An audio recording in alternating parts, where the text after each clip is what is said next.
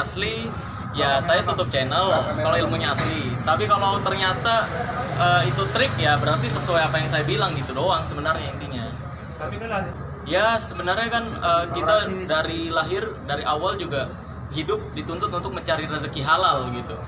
Dan kalau misalkan saya diminta pertanggungjawaban, itu sama saja seseorang yang minta pertanggungjawaban ke polisi ketika maling ditangkap gitu. Jadi memang ya saya berusaha untuk mencerdaskan bangsa, tujuannya kan gitu.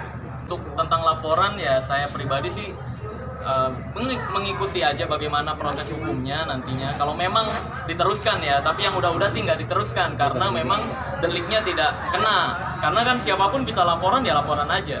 Dan kalau saya pribadi sih tetap nuntutnya silahkan, kalau memang apa yang saya katakan salah, buktikan gitu.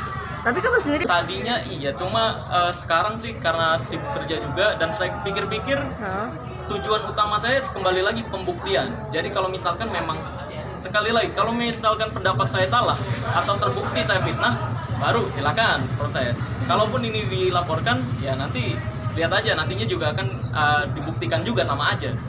Sih sebenarnya saya ini ya buat video yang membongkar trik dia. Kenapa?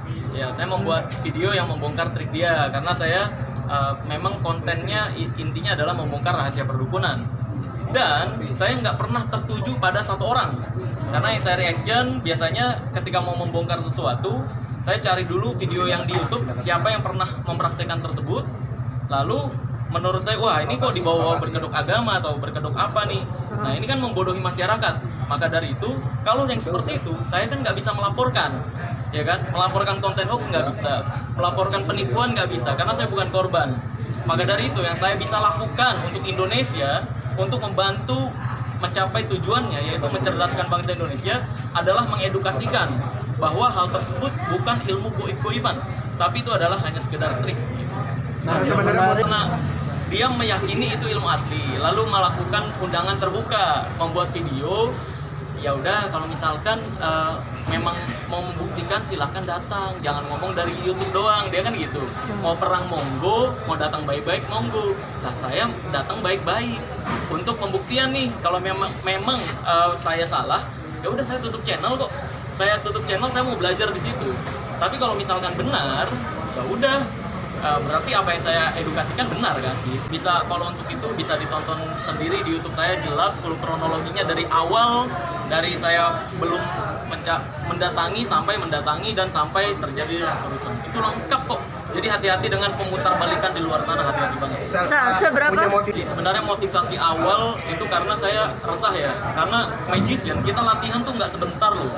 Kita latihan, kita keluar modal, tapi ketika kita main sebuah keajaiban, itu selalu dibilangnya, wah ini bohong nih, wah ini trik nih, selalu dibilang gitu. Giliran trik-trik tersebut dipakai untuk menipu atau merugikan masyarakat Indonesia, kok masyarakat Indonesia malah banyak yang bilang, wah ini ilmu asli, wah ini nih yang asli, atau ini ilmu goib beneran.